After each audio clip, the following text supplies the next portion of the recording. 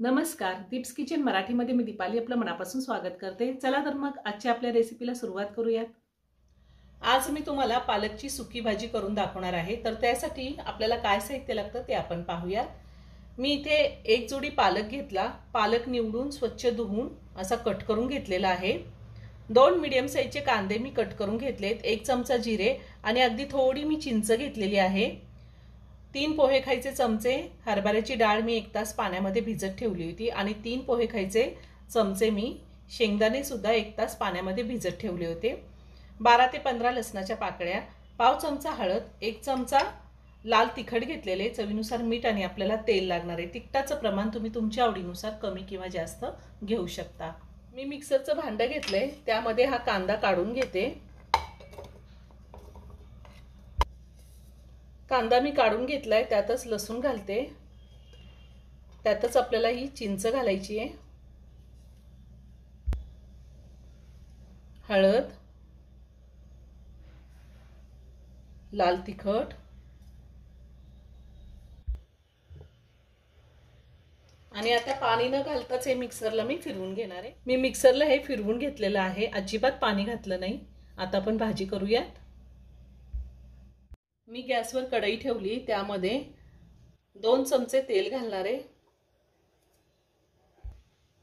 2 चमचे तेल घातले। तेल गरम झाले, त्यामध्ये जिरे घालूयात। जिरे चांगले तडतडले, त्यामध्ये हे आपण जे वाटण वाटून घेतले ते घालायचे आणि हे वाटण आपण चांगलं 2 मिनिटं परतून घेऊया। तुम्हाला जर सुकी लाल मिरची घालायची असेल फोडणीमध्ये तरी घालू शकता, कढीपत्ता घातला तरी चालेल।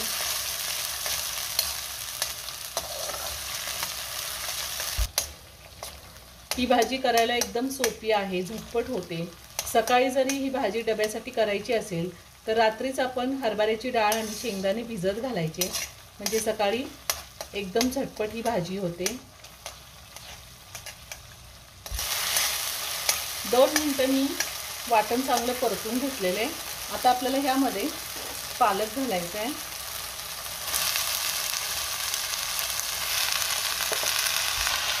त्यातच भिजवलेले शेंगदाणे घालायचे, हरभऱ्याची डाळ घालायची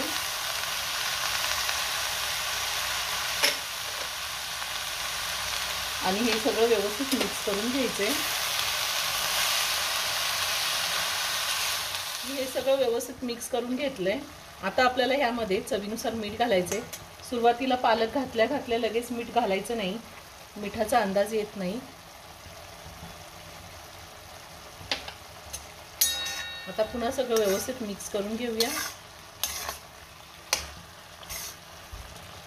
मी हे सगळं व्यवस्थित मिक्स करून घेतलेलं आहे। आपण पालकमध्ये अजिबात पाणी घातलेलं नाही। पालकाचं जे पाणी सुटले त्याच पाण्यामध्ये आपण हा पालक चांगला वाफवून घ्यायचा आहे। गॅसची फ्लेम मी मीडियमवर ठेवलेली आहे। 7 ते 8 मिनिटं झालेली आहे।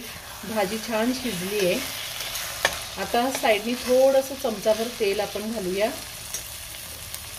कुठलीही पालेभाजी केली की असं थोडंसं तेल घालायचं साईडनी, भाजीची टेस्ट एकदम छान येते। आता ही भाजी आपण एका प्लेटमध्ये काढून घेऊया। खूप छान झाली आहे भाजी। तयार झाली पालकची सुकी भाजी, खूप छान झालेली आहे। आपण ही भाजी चपाती, भाकरी, भात कशासोबतही खाऊ शकतो, एक नंबर लागते। तुम्ही नक्की करून पहा। व्हिडिओ जर आवडला तर व्हिडिओला लाईक आणि शेअर करायला विसरू नका। रेसिपी आवडली असेल तर कमेंट करून नक्की कळवा। पुन्हा भेटूया अशाच एका छानशा साध्या आणि सोप्या रेसिपी बरोबर। धन्यवाद।